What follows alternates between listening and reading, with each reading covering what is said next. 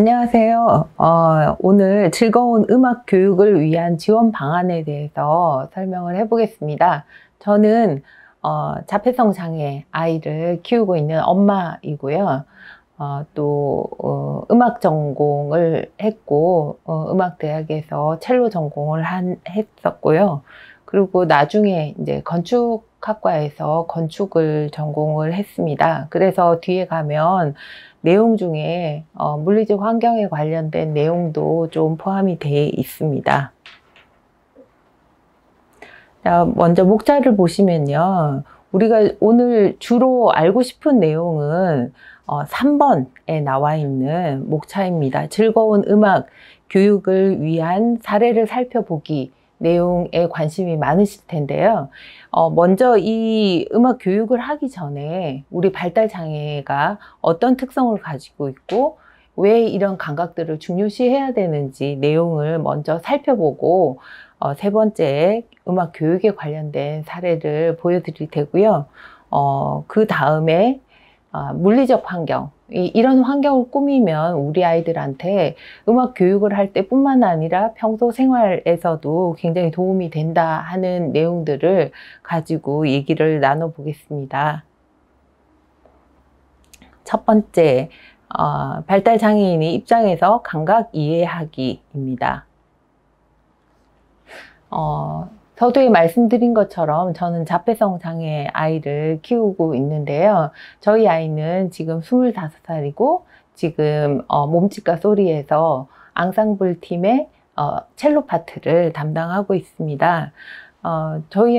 이제 지금은 이제 25살 정도 됐으니까 이제 밖에 나가면 크게 아직도 좀 비장애인들과 다른 행동들을 하긴 하지만, 지금은 많이 줄은 셈이죠. 근데 어릴 때는 밖에 데리고 나가면, 어디서 뭘 보고 소리를 지르는지, 누가 찔러서 소리를 지르는지도 원인을 전혀 모르겠는 그런 소리를 지른다던가, 이상한 소리를 낸다던가, 그런 행동들을 보이고, 갑자기 귀를 막는다던가, 그런 행동들도 많이 보일 거예요. 아마 부모님들은 많이 공감하실 텐데요. 또 늘상 아침에 일어나서 자기 전까지 자면서까지 늘 해야 되는 행동들을 거부하거나 또 습식을 차단하거나 아니면 과하게 습식하는 음식을 먹지 못하는 음식까지도 이렇게 먹으려고 하는 그런 행동들을 많이 보일 거예요. 한 가지 예를 든다면 저희 아이는 소리에 굉장히 민감한 친구여서 이제 찾기를 건널 때라던가 아니면 큰 통창 유리 앞에서 귀를 막는 행동들을 많이 보이더라고요. 그래서 계속 왜 귀를 막냐고 이렇게 물어봤었는데, 어릴 때는 이제 언어가 별로 잘 안 되다 보니까 그거에 대해서 얘기를 할 수가 없어서 답을 하지 못했는데, 좀 성장을 하면서 언어 발달이 되고 그러면서 왜 귀를 막냐고, 뭐가 듣기가 싫냐고 이렇게 얘기를 하니까 찾길에서는 자동차의 엔진 소리가, 특정 자동차의 엔진 소리가 듣기 싫다고 얘기를 하는 거예요. 그래서 그때서야 이제 저도 이해를 하고, 귀를 막으면 저 엔진 소리 듣기 싫지 이렇게 공감을 해주니까 굉장히 오히려 귀는 막지만 좀 편안해하는 그런 부분들이 많이 있었거든요. 그리고 통창 앞에서도 귀를 막는데 나중에 이렇게 물어보니까 유리창에서 소리가 난다고, 우웅하는 소리가 난다고 얘기를 하더라고요. 근데 그게 사실 제가 건축 전공을 안 했으면 그걸 모를 수도 있겠지만, 유리라는 거는 소리를 반사하는 성질이 있기 때문에 사실은 우리가 평소에는 유리창에서 튕겨져 나온 소리를 듣지 못하지만 실제로는 유리에서 소리가 반사돼서 튕겨져 나오고 있거든요. 워낙 청각적으로 예민한 친구다 보니까 그런 소리들을 다 들을 수 있었던 거예요. 그래서 그런 환경을 갖추거나 그런 장소에 가면 너가 굉장히 불안감을 느끼겠구나 하고 그렇게 이해를 했던 적이 있거든요. 그렇게 우리 아이들은 감각이 비장애인과 좀 다른 감각을 가지고 있습니다. 한 가지 동영상 가지고 왔는데요. 같이 한번 보도록 할게요.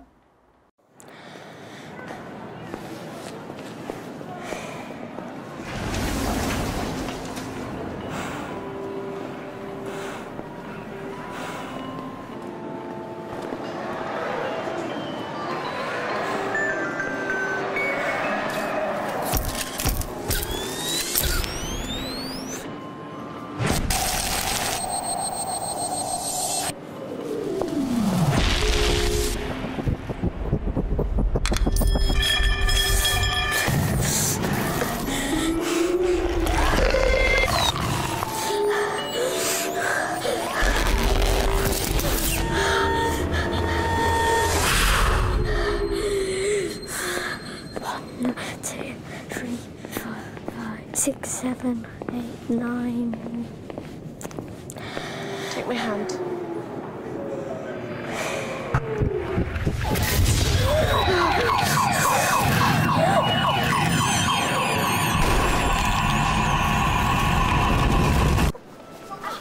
No, Alex.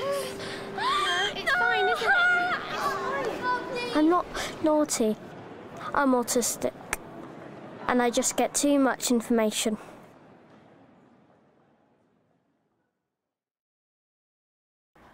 네, 동영상 잘 보셨죠? 동영상에서 보면 아이가 비장애인들이 들을 수 없는 동전 떨어지는 소리라던가 풍선에 바람이 돌아가는 소리라던가 정전기가 생기는 소리 이런 것들을 다 듣고 굉장히 괴로워하고 있잖아요. 그래서 이런 그 소리, 여러 가지 정보들이 한꺼번에 많이 우리 친구들은 느낄 수 있고 또 어떤 것들은 굉장히 둥감하게 느낄 수가 있어서 이 아이도 이제 참으려고 영상에서 보시면 참으려고 1, 2, 3, 4 이렇게 세는 동작들이 보이잖아요. 본인도 굉장히 참고 안 하고 싶지만 이런 행동을 할 수밖에 없는 그런 감각의 특성을 가지고 있습니다. 두 번째, 감각의 중요성을 이야기로 넘어가 보겠습니다. 그래서 그 감각들은 우리는 어떤 감각을 가지고 있냐라고 하면 오감, 우리 많이 아시죠? 뭐 시각, 청각, 촉각, 후각, 미각들을 가지고 있는 오감이 있고요. 요 감각들은 잘 아실 거라 생각이 들고요.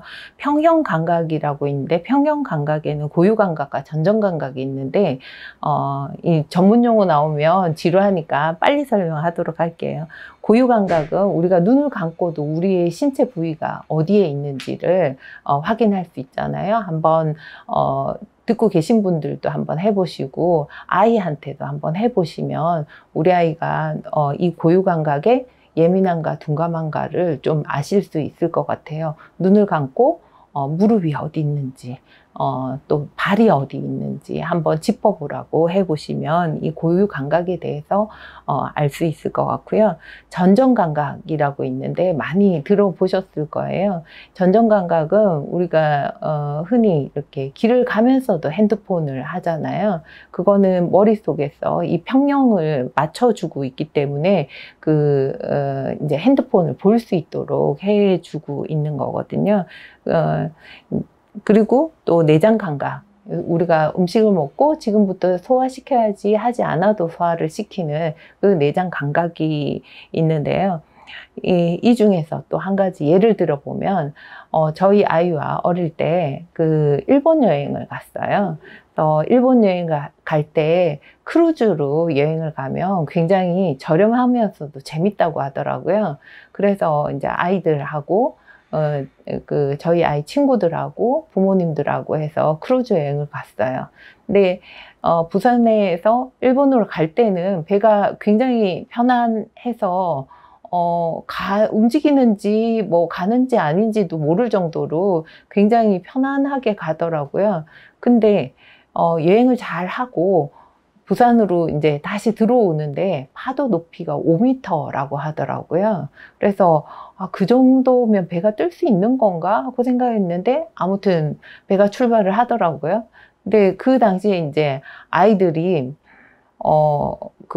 거기에 뭐 수영장 같은 것들도 있는 그런 큰 배였거든요. 그 안에 수영장 물이 몽땅 밖으로 나왔다 몽땅 안으로 들어갈 정도로 정말 배가 많이 흔들렸고, 대부분 사람들은 바닥에 그냥 납작 엎드려 있었어요. 너무 멀미가 심해서.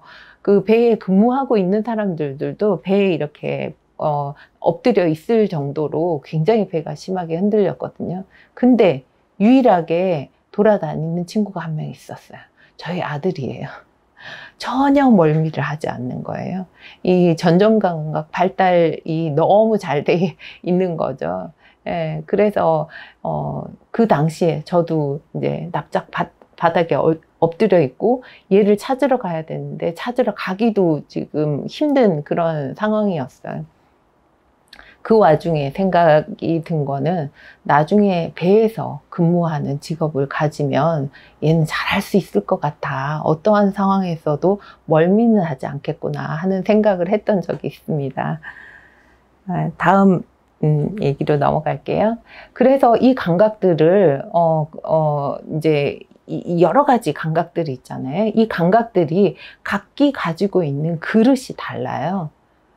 또 거기에 담겨 있는 감각의 정도도 다른 거죠. 어떤 사람은 뭐 시각이 넘쳐나고 있고, 어떤 사람은 또 촉각의 기능이 굉장히 얕게 차져 있어서 어느 정도 촉각의 자극을 좀 줘야 되는 사람들이 있고, 여러 가지 이 감각의 그릇들이 있는데요.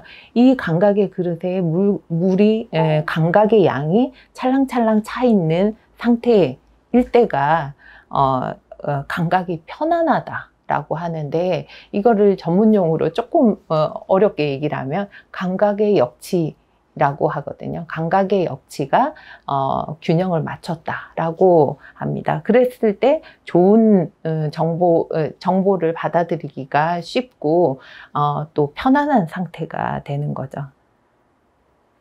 세 번째, 즐거운 음악 교육을 위한 사례들 살펴보기로 넘어가겠습니다. 지금 화면에 보이시는 이 단어 한번 해석을 한번 해보실까요? 자, 한 3초 정도 여유를 드릴게요.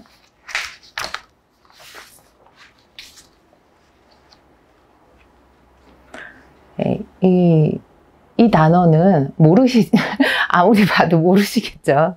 이 단어는 상할라어라고 합니다. 어디에서 쓰는, 어느 나라에서 쓰는 언어인지 저도 모르겠습니다. 상할라어의 좌측에 있는 단어는 후맥이라고 읽습니다. 그리고 오른쪽에 있는 단어는 마하라고 읽습니다. 무슨 뜻일까요? 전혀 알 수가 없죠. 저도 검색해서 알아냈습니다. 이 단어는 후맥이라는 단어는 작게, 마하라는 단어는 크게 라는 단어입니다. 지금처럼 이렇게 알지도 못하는 단어를 가지고 만약에 우리한테 설명을 한다, 더더군다나 상할라어로 설명을 한다, 여러분 알아들으실 수 있을까요? 못 알아들으시겠죠, 당연히. 그런데 이거를 이 언어는 워낙 흔하지 않은 언어이다 보니까 그렇다 치지만, 그러면 이탈리아어는 많이 아시죠? 제가 지금 이탈리아어로 음악 용어들을 한번 설명을 해 볼게요. 그러면 이해하실까요? 음악 선생님들 이해하실까요? 아니면 어머님들 이해하실까요? 실은 이탈리아를 저는 못합니다. 제가 그래서 이런 언어들, 우리 아이들이 받아들이기에는 이탈리아어나 상할라어나 사실 다 마찬가지입니다. 어려운 단어로 저희 아이들이 이해해라고 하기에는 너무 무리가 있는 거죠. 그래서 이것들을 굉장히 쉽게 어려운 용어가 아닌 굉장히 쉽게 좀 풀어서 얘기를 해주는 게 바람직하다고 생각이 드는데요. 이거는 최근에 저희 아이가 연주를 한 악보인데요. 여기 보면 특이하게 파란색, 빨간색으로 색칠이 돼 있죠. 제가 한 방법 중에 하나는 저희 아이도 여리게, 크게, 작게 이런 것들을 이해를 못했어요. 그래서 저희 아이 선생님, 지금 선생님 말고 그 전에 선생님들도 뿐만 아니라 대부분 선생님들은 여기는 피아노야, 작게 해야 돼 이렇게 설명을 보통 하죠. 저도 만약 발달장애인들을 접해보지 않았다면 당연히 그렇게 설명을 할 거예요. 근데 저희 아이를 가르쳐 보니까 저희 아이는 그걸 전혀 이해를 못하는 거예요. 그래서 여기는 저희 아이는 워낙 좀 시각적인 색깔에 조금 민감한 반응을 보이는 친구여서 여리게는 파란색, 크게 하는 부분은 빨간색 이렇게 표시해 줬더니 굉장히 이해도가 많이 높아지더라고요. 그래서 이런 방법을 선택을 해서 피아노와 포르테를 가르쳤는데요. 단계별로 지금 보시는 것처럼 피아노 포르테에다가 파란색이나 빨간색을 칠해서 또 가르친다거나 아니면 또 그 다음 단계에는 피아노는 좀 작게 그리고 포르테는 큰 글씨로 그려서 여기는 크게 여기는 작게 직관적으로 좀 알아볼 수 있게끔 이렇게 표시하는 방법도 있겠고요. 이런 것들이 익숙해지면 그냥 똑같은 크기지만 피아노 파란색으로 그리고 포르테는 빨간색으로 그려서 또 알아보게 하는 방법도 있을 것 같고요. 또 나중에는 피아노 포르테 이제는 이해했을 거야 라고 생각이 드는 쯤에는 일반적으로 사용하는 까만색으로 피아노 포르테를 적어주는 거예요. 이런 얘기를 왜 하냐면요. 저희 이 발달장애 친구들이 일반화가 되는 데는 굉장히 많은 시간이 필요해요. 이 정도 설명을 했으면 알겠지라고 생각하지만 지적장애를 동반하는 발달장애인들도 굉장히 많이 있기 때문에 여러 가지 방법으로 또 다방면으로 한 가지 방법만 사용을 하는 게 아니라 이렇게 그림으로 표시를 하기도 하고 표현하기도 작게, 크게 이런 식으로 동작과 소리의 크기를 다르게 해서 표현을 한다면 훨씬 더 알아듣기가 쉬울 것 같습니다. 제가 중간에 설명을 하나 놓쳤는데요. 이탈리아어로 피아노가 작게이잖아요. 제가 이번에 이 자료를 준비하면서 느낀 건데 왜 피아노를 작게라고 얘기를 하지? 라고 생각을 했거든요. 피아노 하면 뭐가 떠오르지? 하고 생각을 해보니까 뭐가 떠오르시나요? 피아노가 떠오르시죠. 왜 이거를 만약에 여기는 피아노로 해야지 라고 얘기를 하셨을 때 이제 연주자가 받아들이기를 이 피아노가 생각이 났어요. 피아노로 하라고? 오케이. 그러고는 이제 피아노 꽝꽝 두드리는 소리를 인지를 해서 여기로 굉장히 크게 연주를 한다. 그렇게 이해가 될 수도 있잖아요.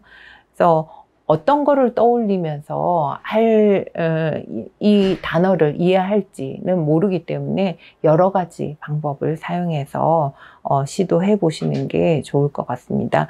이런 피아노 단어가 이제 피아노 포르테 단어가 이해가 갔다. 그러면 그 다음에는 이제 그런 영상이라던가 사진이라던가 이런 것들을 대비해서 이런 거 큰 소리야. 풍선이 뻥 터질 때 큰 소리가 나지? 큰 소리야. 그리고 바닷가에 아무도 없어. 조용한 바닷가야. 굉장히 작은 소리가 나겠지? 굉장히 작게, 고요하게. 이런 것들을 이제 사진이나 여러 가지 재료를 사용해서 해볼 수가 있겠고요. 물론 이 피아노 포르테뿐만 아니라 빠르게, 느리게 이런 것도 참 표현하기가 약간은 애매한 부분들이 있잖아요. 그래서 이런 그 재료들을 사용해서 활용을 해 주시면 훨씬 이해하는 데 도움이 되지 않을까 하는 생각을 합니다. 피아노 포르테는 우리가 많이 들어본 거지만 이제 테누토, 레가토, 스타카토 이거 어떻게 설명을 할까요?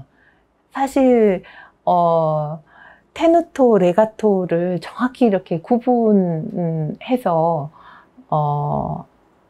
지금 이렇게 정확히 둘을 구분해서 설명을 하라고 그러면 빨리 설명이 되실 분들이 많이 있을까 모르겠어요. 어머님들은 테누토, 레가토 잘 모르시잖아요. 근데 우리 아이들한테 여기는 테누토, 레가토로 하라고 선생님이 레가토를 하라고 그랬잖아. 이렇게 설명하면 전혀 알 수가 없어요. 앞서서 보셨던 저희 아이 그 악보에 보면 그게 사실 굉장히 어려운 곡이에요. 근데 대부분 이렇게 레가토로 해서 음을 연결시켜서 해야 되는 곡이에요. 그런데 이거를 연결하라는 얘기를 어떻게 설명을 할까 생각을 했는데 연결해서 하라고 그러니까 화를 다 이 현악기예여서 조금 그렇긴 하지만 다운 다운 다운 업 이렇게 하는 거를 연결해서 해야지 하니까 전부 다 다운으로 쭉 음들을 연결을 하더라고요. 그게 아니라 음이 끊어지지 않게 연결을 하라고 이렇게 얘기를 하니까 전혀 이해를 못 하더라고요. 그래서 이제 방법을 생각을 해낸 게 피자 치즈 알지? 피자 치즈처럼 이렇게 음이 쭉 연결이 돼야 되는데 활은 다운업 다운업 이렇게 하는데 음이 쭉 연결돼야 된대 라고 얘기를 했더니 그거 이제 거기서 이해를 하고 음을 연결시키려고 노력을 하더라고요. 물론 잘 안 되긴 하지만 그렇게 음을 연결시켜 피자 치즈처럼 이렇게 연결시켜 보려고 하더라고요. 그래서 연주를 하면서 연습을 할 때 음이 뚝뚝 끊어지면 피자 치즈처럼 해야지 이렇게 이제 설명을 하니까 뭐 레가토로 해야지 이것보다는 훨씬 더 이해가 직관적으로 빠르게 잘 되더라는 거예요. 그래서 지금 이렇게 제가 활용했던 사례들을 말씀드리지만 꼭 이렇게 하시라가 아니라 이런 방법으로 세분화시켜서 차근차근 우리 아이들한테 설명을 해야지 이 음악 기호에 대해서 충분히 이해를 하고 차후에도 똑같은 이런 음악 기호가 나왔을 때 정확히 알고 우리 아이들이 표현할 수 있지 않을까 하는 생각이 들어서 선생님들의 창의력을 발휘하셔서 여러 가지 방법으로 우리 아이들 지도를 해주시면 감사하겠습니다. 지금 여기 오른쪽에 보이시는 음악 기호들 수없이 많죠. 설명하고 창의적으로 개발하셔야 될 것들이 굉장히 많은데 선생님들의 활약을 기대합니다. 그 다음에 저희 아이한테 가르쳤던 방법들인데요. 지금도 아직 박자에 대한 개념이 이루어지지 않아서 많이 헷갈려하고 더더군다나 음표에 점이 붙거나 그러면 굉장히 힘들어 하더라고요. 그래서 그걸 어떻게 가르쳐 줄까 생각을 하면서 보통 박자를 표시할 때 V자로 하나 하고 이렇게 표시를 하잖아요. 근데 그거를 잘라서 반박자일 때는 반 이렇게 표시하고 또 점 8분음표 같은 경우에 반만 올라오도록 하고 이런 식으로 표시했는데 그 방법은 사실 잘 먹히지가 않았어요. 그래서 이제 선으로도 표시를 해봤죠. 선으로 해서 이 정도 길이가 한 박자인데 반박자는 여기 반까지 와야 되고 점 8분음표는 반보다 조금 더 와야 돼. 이런 식으로 설명했는데 그것도 먹히지 않았어요. 제가 이 실패 사례를 말씀드리는 것도 그 앞에 음악 기호 익히기에서 그런 사례들이 처음부터 잘 됐던 게 아니라 여러 가지 방법을 시도해 봤을 때 그게 됐길래 이제 파란색, 빨간색으로 표시하는 방법이 잘 먹혔기 때문에 그 방법을 사례를 보여드린 건데요. 무수히 많은 실패를 해요. 여러 가지 도전을 해보지만 우리 아이는 모르겠다는 표정, 또 이해를 못해서 다른 방법으로 연주를 하고 그랬던 실패 사례를 다 거쳐서 이제 최종적으로 좋은 사례들이 나오는 건데요. 그렇게 이제 두 가지 방법을 시도해 봤는데 실패를 해서, 이제 동그라미 원을 잘라가지고 이게 한 박자야. 그래서 반 박자는 반으로 자르면 반 박자가 되겠지. 저희 아이가 먹는 거 좋아하거든요. 그래서 저는 이걸 피자로 해서 피자를 이렇게 반으로 나눈다. 이렇게 설명을 하려고 했는데, 그것보다도 이 원에서 반으로 자르면 반이 되는구나. 여러 가지 방법으로 설명했죠. 피자가 동그란데 반으로 자른다.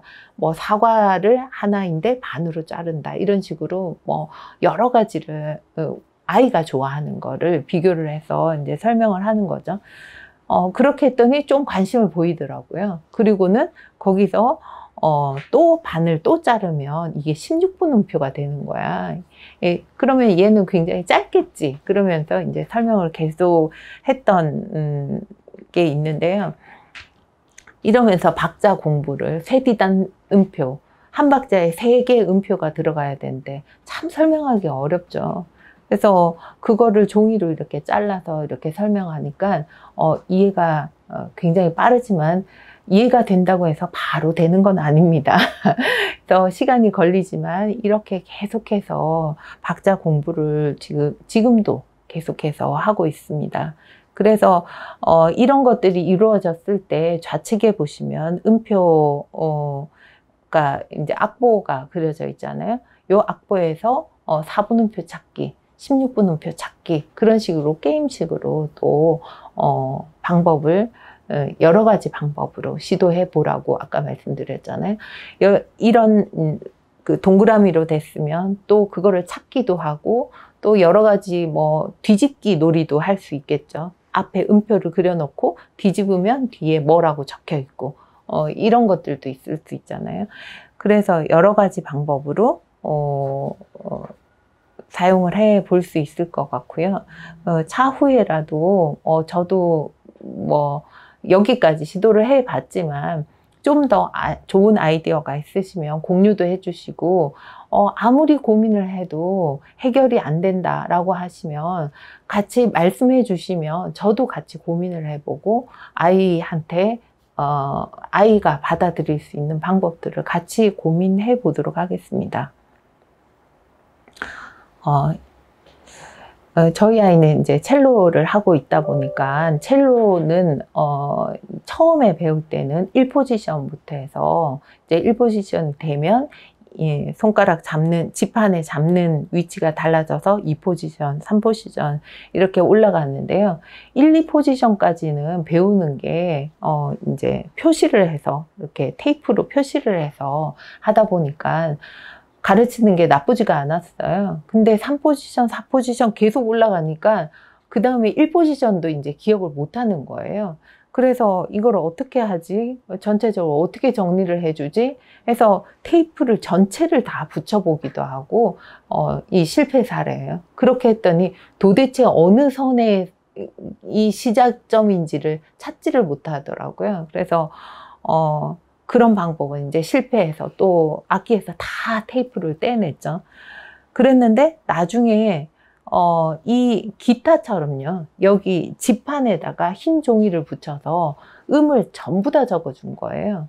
그랬더니 그 전체적인 이 피아노처럼 이 전체적인 음이 어떻게 진행이 되는지를 이해를 하더라고요. 그래서 한동안은 계속 이 지판에다가 종이를 붙여놓고 그 운지법을 하는 교육을 계속 했었는데 지금도 보면 지금부터는 잠시 깨알 자랑입니다. 저희 이제 첼로 지금 선생님도 처음에 저희 아이를 만났을 때 포지션 이해가 굉장히 빠르다고 얘기를 하시더라고요.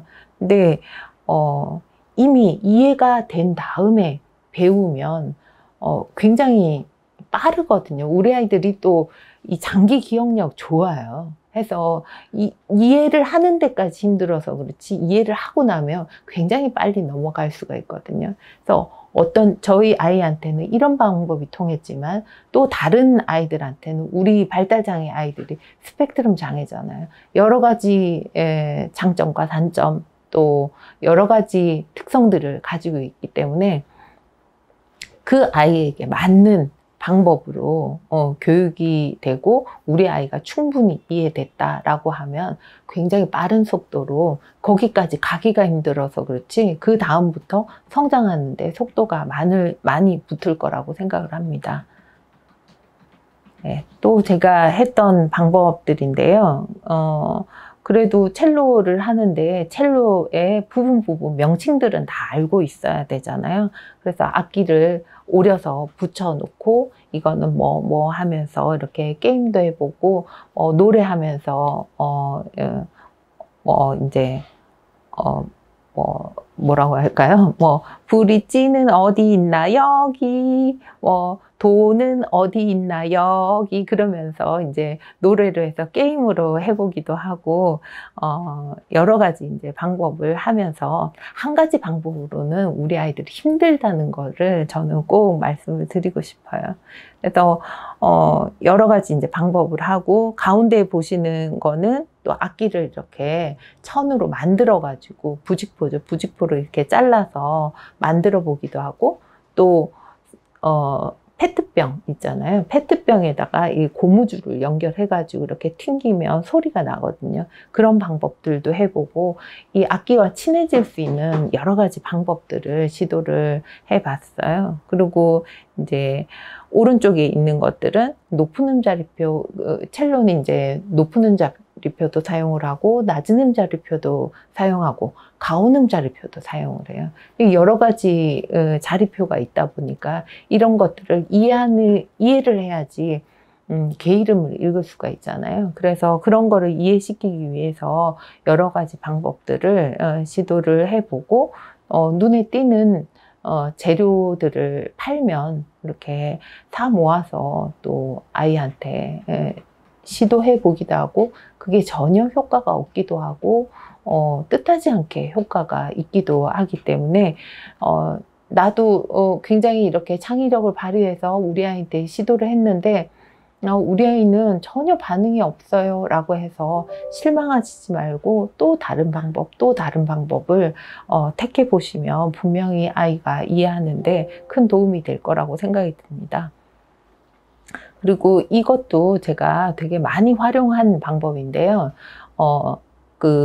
클레이 아시죠? 클레이를 이제 어디에다가 활용을 했냐면 활을 잡는데 활을 잡는 자세가 굉장히 좀 어려워요.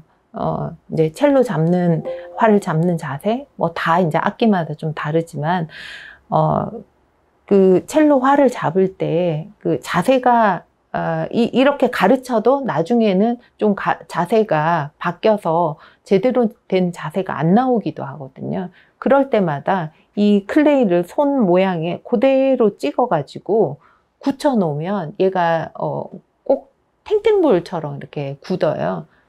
그래서 거기다가 손을 이렇게 다시 끼고 요런 자세로 해야지 하고 활에다가 이렇게 올려줘 보기도 했거든요. 그렇게 하니까 손 자세가 흐트러지지도 않고 이제 계속해서 이렇게 보조 기구를 끼고 할 수는 없으니까 이걸 꼈다가 뺐다가 하면서 번갈아 가면서 이제 연습을 하니까 굉장히 효과적으로 좋더라고요. 그래서 이 클레이를 많이 활용했는데요. 요렇게, 시중에, 요즘은 이제 심리 안정 관련해, 코로나 때문에 심리 안정, 때문에 이런 말랑말랑한 볼들 많이 팔거든요. 그런 볼들을 이렇게 만지면 물론 심리 안정도 되지만 우리 아이들 소근육에도 굉장히 발달이 많이 되거든요. 그래서 이런 촉각 볼들 많이 활용하셔서 이런 것들은 대중교통을 이용할 때나 그럴 때 또 많이 활용을 할 수가 있고, 어떤 친구들은 꼭 음악을 하지 않는 친구들이라 하더라도 밖에 나가면 남의 물건 덥석덥석 잘 잡는다 하는 경우가 있으면 양손에다가 이런 촉각볼들을 들고 다니면 빠르게 남의 물건에 이렇게 손이 가거나 하지는 않잖아요. 그래서 이런 촉각볼들을 많이 활용하시면 여러 가지로 도움이 많이 될 것 같아서 여기 예시를 보여드렸습니다. 그리고 이제 여기서부터는 이제 악기는 여러 가지 창의력을 발휘해서 이렇게 배운다라고 했는데, 악기는 어떻게 시작을 해야 될까요? 제일 막막해 하시는 분들이 많을 것 같아요. 저는 여기서 굉장히 중요한 부분의 얘기를 하고 싶은데요. 이미 악기로 성장을 많이 해서 스타급에 있는 연주자들이, 발달장애 연주자들이 많이 있잖아요. 그런 단체들도 많이 있고요. 네, 그런 친구들을 보면 저런 직업을 가지면 정말 좋겠어 라고 생각해서 우리 아이들이 음악을 시작하게 된다면, 비장애인들이 그냥 엄마가 시켜 너는 뭐 해? 뭐 의사가 되는 게 좋겠어 라고 지정해 주는 거하고 다를 바가 없어요. 우리 아이들은 특히나 굉장히 다양한 특성을 가지고 있는데, 그거를 싹 무시하고 음악을 하는 직업을 가지면 다른 단순 작업을 하는 직업보다는 이게 모양이 좋겠다 라고 해서 시키는 거는 굉장히 큰 잘못이고요. 어떻게 보면 이제 비장애인들한테는 그게 불만으로 쌓여갈 수 있겠지만, 이제 발달장애 친구들한테는 큰 문제점이 생길 수도 있는 부분들이에요. 지금 화면에서 보시는 것처럼 청각적으로 굉장히 예민한 친구인데, 플룻이나 바로 귀 옆에서 소리가 나는 높은 음의 바이올린이나 이런 것들을 시켰다 했을 때 아이가 굉장히 괴로워할 수도 있거든요. 그래서 우리 아이가 악기 소리에 어떤 반응을 가지고 있는가를 어머니들이 살피셔야 돼요. 선생님들이 짧은 시간, 일주일에 30분, 40분 사이에 저희 아이들을 이제 파악을 하고, 우리 아이들이 이런 소리는 이 친구는 첼로는 아닌 것 같아요. 물론 짧은 시간에 파악이 될 수도 있지만 그렇게 되기는 어려우니까 가정에서 아이가 어떤 소리를 싫어하는지 좋아하는지를 잘 관찰을 하시는 게 좋을 것 같아요. 주의 깊게 보셔야 되는 거는, 우리 아이들이 드러나는 표현 자체가 싫어도 웃는 친구들 있으시잖아요. 예. 그래서 이게 정말로 싫어하는 건지 정말로 좋아하는 건지를 시간을 두고 천천히 우리 아이들이 어떤 기능과 어떤 예민함과 어떤 둔감함을 가지고 있는지 파악을 해 보시면 좋을 것 같습니다. 그 예로 이제 한 가지 예를 들자면, 어떤 이제 청각적으로 강한 청각 자극을 원하는 사람, 그러니까 아까 감각의 그릇 얘기했잖아요. 감각의 그릇에 청각의 감각이 조금밖에 차 있지 않는 거예요. 그래서 큰 자극을 원하는 그런 사람이라면 폭포 소리를 들었을 때 굉장히 마음의 안정감을 느낀다고 해요.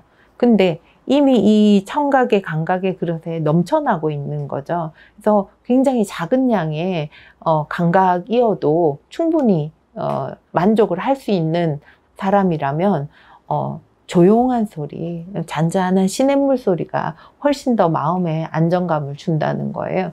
그래서 우리 아이가 이 청각의 그릇이 가득 차 있는지, 굉장히 바닥이어서 많은 자극을 줘야 되는 건지, 그런 것들은 가정에서 잘 관찰을 하시면서 보시는 게 좋을 것 같습니다.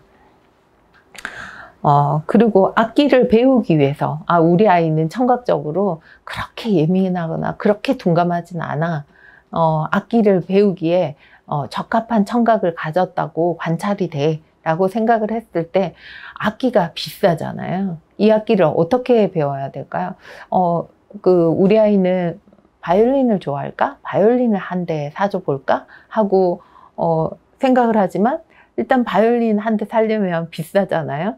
근데 바이올린을 사줘서 해봤더니 아닌 것 같아. 목관 악기를 시켜볼까? 그럼 플루스를 한 대 사요. 몇십만 원을 주고 플루스를 사요. 근데 이것도 아닌 것 같아. 국악인가? 하고 가야금을 한 대 사줘봐요. 그럴 순 없잖아요. 그래서 이런 목관 악기에 관심이 있을 것 같아 라고 생각이 들면 리코더 싸게 구입할 수 있잖아요. 리코더 같은 거를 사서 우리 아이들이 이 부는 악기에 큰 문제점 없이 잘 할 수 있는지 이렇게 테스트를 해볼 수 있을 것 같고요. 타악기들 이런 것들도 실로폰 있죠. 거의 유사하게 생겼잖아요. 이런 것들을 활용해서 우리 아이들이 관심을 가지는지, 지금 보시는 거는 굉장히 짧은 실로폰이지만 좀 긴 한 2옥타브 이상 되는 그런 장난감 실로폰도 팔잖아요. 그런 것들 활용해 보시면 좋을 것 같고요. 국악기도 단소도 문방구 가면 쉽게 살 수 있는 거고, 소고라던가 여러 가지 국악기들 간편하게 구입해서 할 수 있는 것들 있잖아요. 이런 것들을 구입해서 아이들한테 경험해 볼 수 있도록 하는 게 좋은 방법인 것 같고요. 이것과 병행해서 또 함께 할 수 있는 거는 많이 들어보는 거예요. 음악회에 가서 우리 아이들 조용히 안 하니까 음악회 가기가 참 힘들죠. 갈 수 있는 아이들이라면 좋은 음악을 직접 가서 현장에서 이렇게 공연장에서 들어보는 그런 경험들을 가지면 좋겠지만, 또 안 되는 친구들은 유튜브나 그런 데서도 악기 하는 모습들을 많이 볼 수 있잖아요. 그런 것들을 이거는 플룻이라고 해 그러면서 한번 들어볼래? 하면서 들려주고, 국악기도 들려주고, 정말 다양한 악기들이 많이 있잖아요. 그런 악기들을 시도해보고 들려주고 경험해 볼 수 있도록 해줘야지 우리 아이들이 선택해 보고, 또 그 선택해서 우리 아이들이 좋아하는지 싫어하는지를 가정에서 관찰할 수 있도록 이런 방법으로 악기를 선택하시는 게 좋을 거라고 생각이 듭니다. 제가 이거는 이제 실내 건축을 하고 있다, 본업은 실내 건축이에요. 실내 건축을 하고 있다 보니까 발달장애 가정 집 수리하는 프로젝트를 한 적이 있어요. 이 집은 이제 발달장애 친구가 있었는데 벽을 계속 치고 다니는 친구였어요. 그래서 아래 윗집에서 동네에서 너무 컴플레인이 심한 거예요. 그것도 힘들지만 가정에서도 듣기가 너무 힘들다는 거예요. 하루 종일 눈만 뜨면 벽을 치니까 너무 괴롭다는 거예요. 환청이 들릴 정도로 힘들다는 거죠. 또 이렇게 옹벽인 시멘트 벽으로 돼 있는 벽은 잘 안 쳐요. 얘도 치면 아프거든요.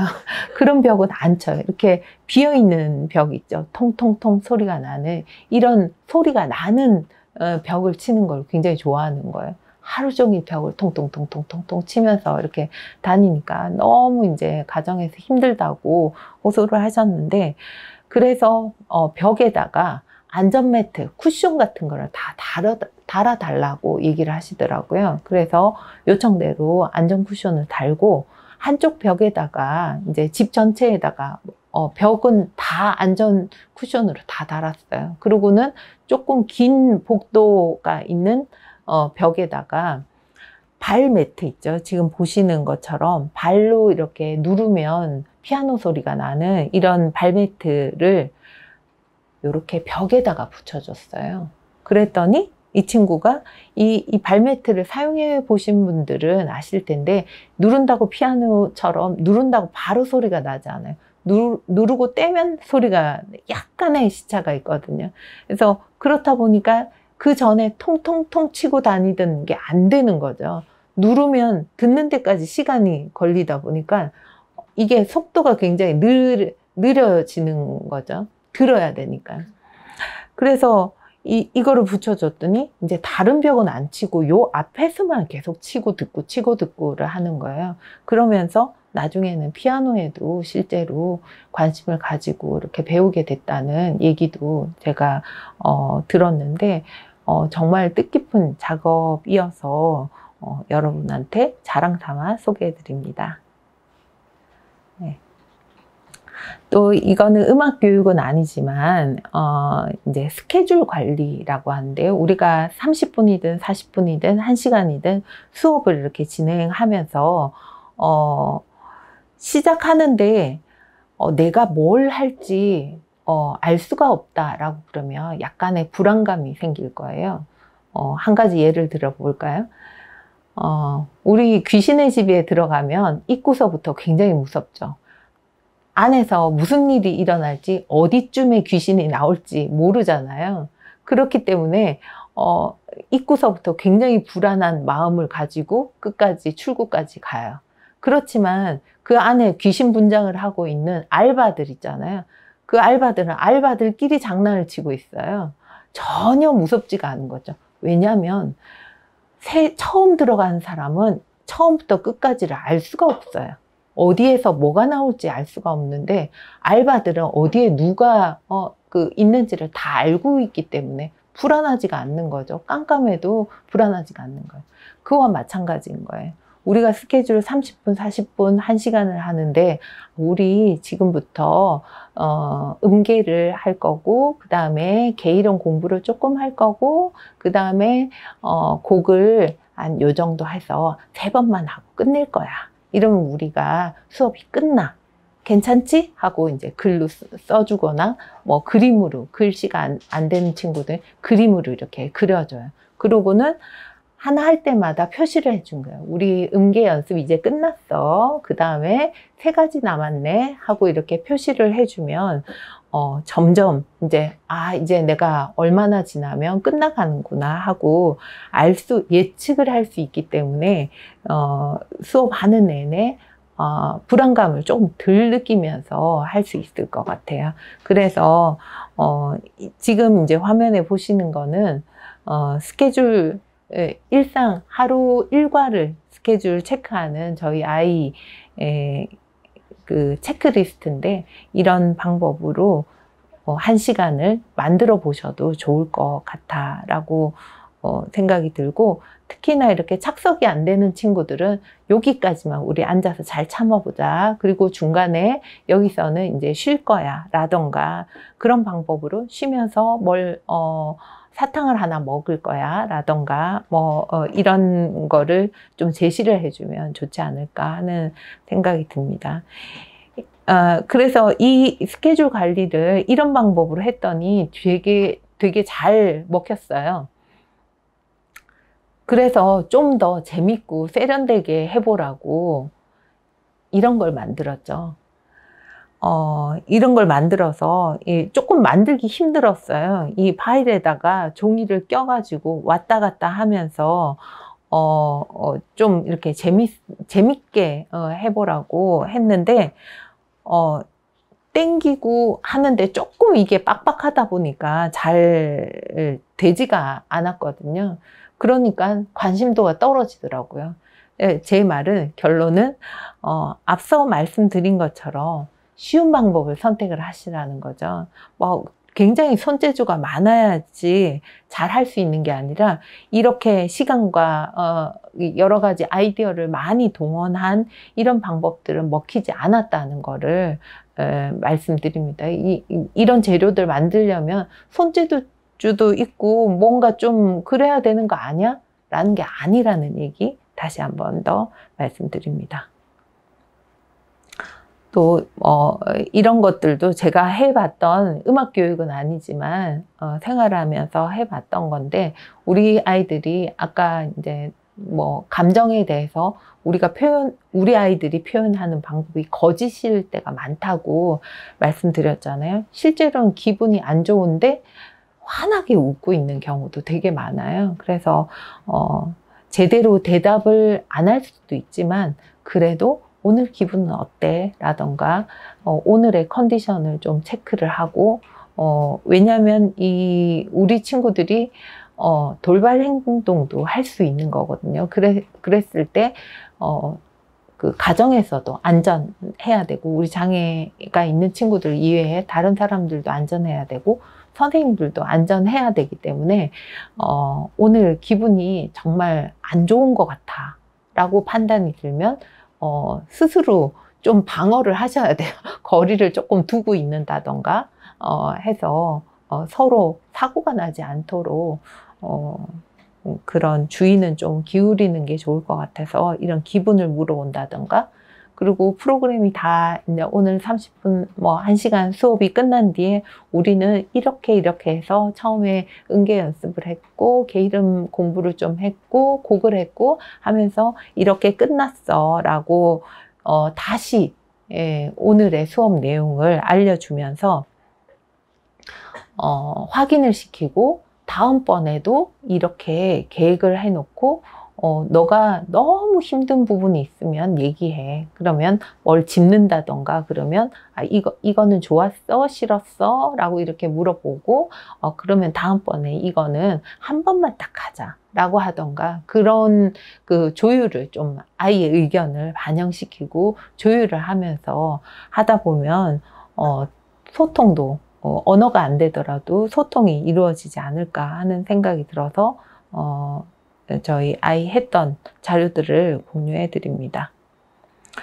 그래서 이 음악 교육에 대해서 전체적으로 보시면 우리 아이들의 발달장애 아이들의 음악 교육은 음악 치료이자 음악 교육이자 특수 교육까지 또 애둘러서 이렇게 교육을 할 수 있어야 된다는 거죠. 물론 선생님들이 지금 애를 많이 쓰시고 계시고 또 이미 절반 이상을 하신 셈이잖아요. 이 발달장애인 악기를 가르친다고 제의를 받으셨을 때 나는 장애 친구들 못해.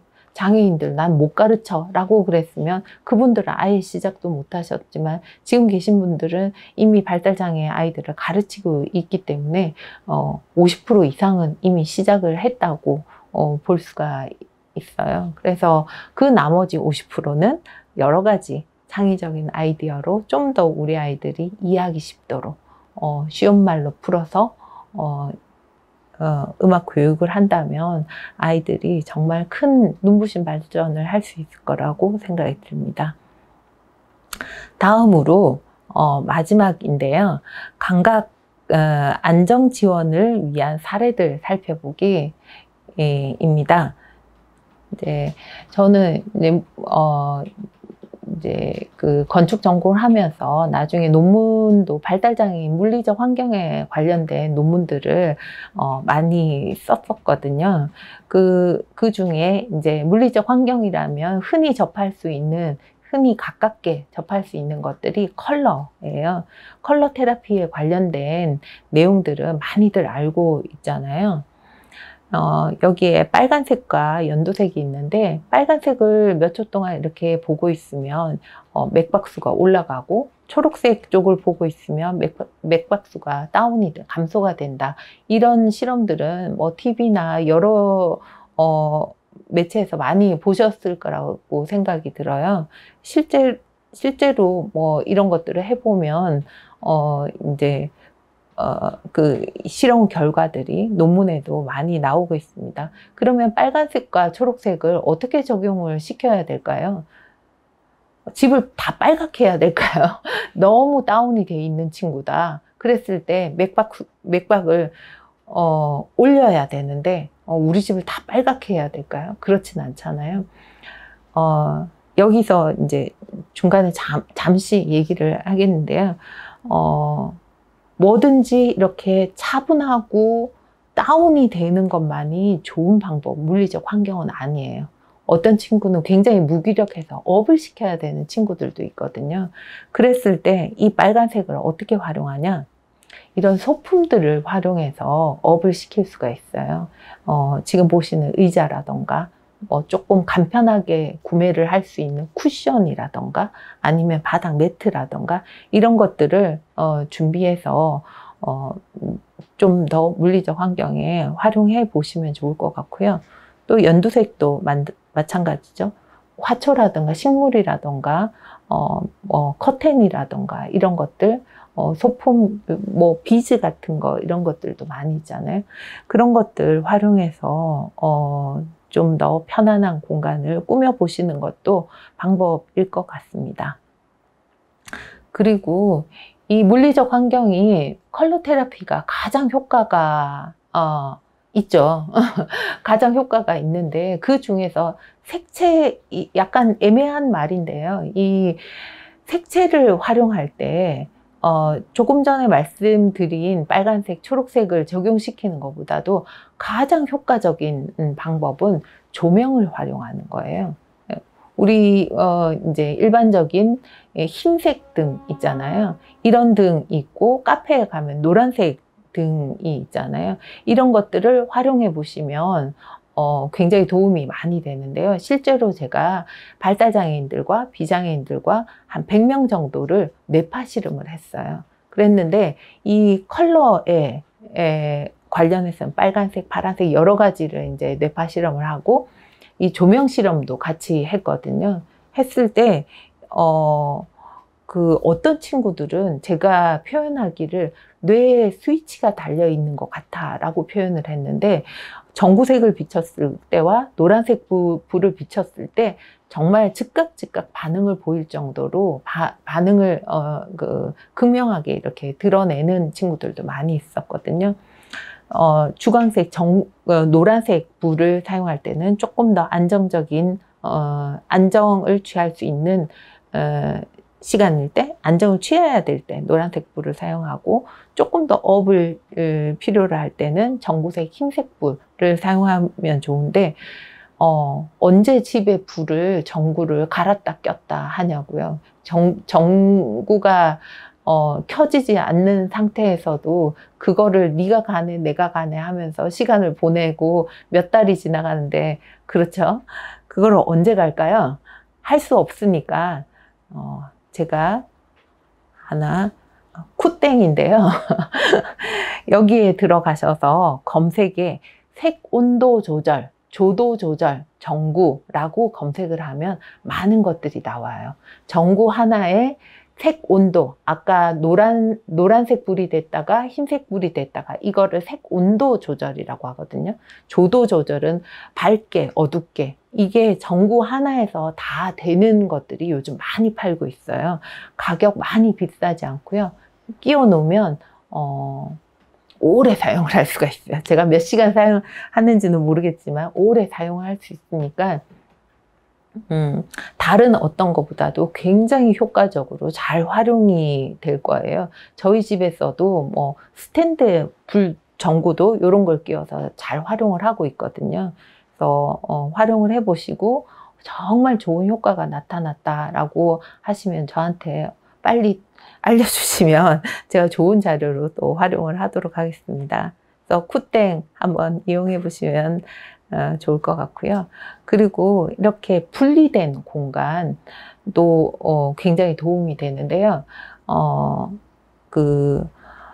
여기서 이제 실험 결과들을 보면 어떤 공간일 때 구획을 좀 나눴을 때 집중력을 더 가질 수 있고, 그런 것들이 지금 여기 도전적 행동이 있고 없고 그런 것들이 지금 표시되어 있잖아요. 이런 것들도 한번 참고해 보시면 좋을 것 같고요.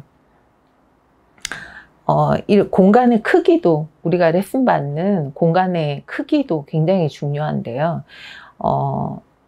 실제로 이거는 어떤 분이 그 아이를 가르치는데, 이 아이는 착석조차 안 돼서 정말 앉히는데 1시간 수업하는데 한 10분 앉아있기도 힘들다고 얘기를 하시더라고요. 그래서 어디서 레슨을 하시는지 거기 사진을 좀 찍어서 보내달라고 했는데, 정말로 큰 공간에서, 교실 같은 공간에서 한 모퉁이에서 이제 수업을 했더라고요. 그래서 파티션, 그냥 가림막 같은 걸로 해서 파티션을 쳐놓고 수업을 한번 해보시라고 했는데, 굉장히 제가 쪽집게 물리적 환경을 알려드린 셈이 됐어요. 그래서 공간이 넓다 보니까 이 아이는 다 돌아다니고 뭐 다 궁금한 거예요. 그러다 보니까 거기를 막 돌아다녔는데, 이제 공간이 좁아지니까 그 안에서만 그냥 앉아서도 이렇게 눈으로 봐도 다 검색이 되는 거죠. 탐색이 되고, 그렇다 보니까 앉아서 이렇게 돌아다니지 않고 앉아서 다 보게 되는 거예요. 그래서 정말 그 아이가 갑자기 이제 그 칸막이 하나로 해서 수업에 집중을 할 수 있었다는 얘기를 들었는데, 그런 얘기를 들을 때마다 사명감을 느끼고 또 이런 연구를 계속 해야 되겠다는 생각을 합니다. 마찬가지죠. 이렇게 좁은 공간에서도 물론 안 되겠죠. 최소한 2명이 이렇게 들어가서 활을 쓰고 악기를 풀고 할 수 있는 공간이어야 되는데, 지금 옆에 자료 보시면 연구 결과 보이시죠? 그런 것들 참고해서 한번 보시면 좋을 것 같습니다. 이런 것들도 이제 참고를 그냥 지식 삼아 한번 알고 계시면 좋을 것 같은데요. 우리 아이들이 동화가 잘 되잖아요. 아이들이 옆에서 울고 있으면 나도 괜히 우울해지는 것 같고, 옆에서 막 웃고 있으면 나도 같이, 뭔지 모르겠지만 같이 이렇게 웃음이 나고 그렇잖아요. 그래서 옆방과의 소음이 전달되지 않도록 해야 되는데, 요런 거는 또 어려운 공학적인 얘기이기 때문에 이런 게 있다. 방음이랑 차음을 잘 해야 된다. 이런 것들 좀 알고 계시면 좋을 것 같고요. 두꺼운 이불 효과라는 것도 있어요. 이런 우리 애기들 보면 포대기로 이렇게 꽁꽁 싸두잖아요. 근데 이렇게 했을 때 좀 무게감을 느끼게 해줬을 때 안정감을 느낀다. 이런 연구 사례들도 있거든요. 그래서 이렇게 요즘은 무거운 이불을 판매를 하더라고요. 그래서 저희 아이는 이 이불을 쓰는 건 아니지만 꼭 무거운 모카 이불을 덮으려고 하더라고요. 그렇게 했을 때 두꺼운 이불을 덮었을 때 이렇게 굉장히 안정감을 느끼고 편안해 하더라고요. 그래서 요런 또 무게감이 있는 이불이 판다고 하니까 요런 이불들도 활용해 보시면 가정에서 많은 도움이 될 거라고 생각이 들고요. 실제로 뭐 템플 그랜디는 많이 아시잖아요. 그분이 쓴 책에도 보면 두꺼운 이불, 실제로 그분은 매트와 매트 사이에 들어가 있었다고 그래요. 이 무게감을 느끼기 위해서. 그렇게 했을 때 위에서 이렇게 눌렀을 때 좀 편안한 감을 많이 느낄 수 있다고 하니까 활용해 보시면 좋을 것 같습니다. 마지막인데요. 흔들의자. 또 아까 처음에 감각에 대해서 설명을 했잖아요. 감각에서 전정감각 얘기를 했잖아요. 이 전정감각에 자극이 필요한 친구라 하면 이 흔들의자에서 왔다 갔다 하면서 계속 움직였을 때 이 전정감각에 안정감을, 균형을 가져올 수가 있거든요. 그래서 그런데 이제 이 흔들 의자에서 계속 있다 보면 위험할 수도 있잖아요. 너무 과하게 앞뒤로 흔들었을 때 뒤로 넘어갈 수도 있고 하기 때문에 제가 이것도 찾아낸 건데요. 이렇게 앞에만 살짝 까딱거리는 뭐 장애 치료용으로 만들어진 의자는 아니에요. 아닌데 약간씩 앞뒤로 이렇게 흔들리는 의자가 있거든요. 혹시 필요하신 분 따로 전화 주시면 제가 안내를 해드리도록 하겠습니다. 잘 팔지는 않아요. 그래서 요런 의자를 실제로 제가 이제 장애인 복지관 디자인을 할 때 이 의자를 휴게실에다가 설치를 해놨더니 이제 우리 친구들이 치료를 하러 복지관에 왔다가 대기하면서 이 의자에서 앞뒤로 계속 흔들다가 이 감각의 균형을 좀 맞추고 안정을 취한 다음에 치료를 하러 들어가니까 굉장히 시너지 효과가 컸다는 얘기들도 많이 듣고 있거든요. 그래서 이런 도구들도 활용해 보시면 굉장히 좋을 것 같습니다. 제가 준비한 자료는 여기까지입니다. 많이 부족하지만 들어주셔서 감사하고 차후에도 여러 가지 아이디어를 공유하면서 더욱 발전적으로 우리 아이들 음악 교육에 도움이 되었으면 합니다. 감사합니다.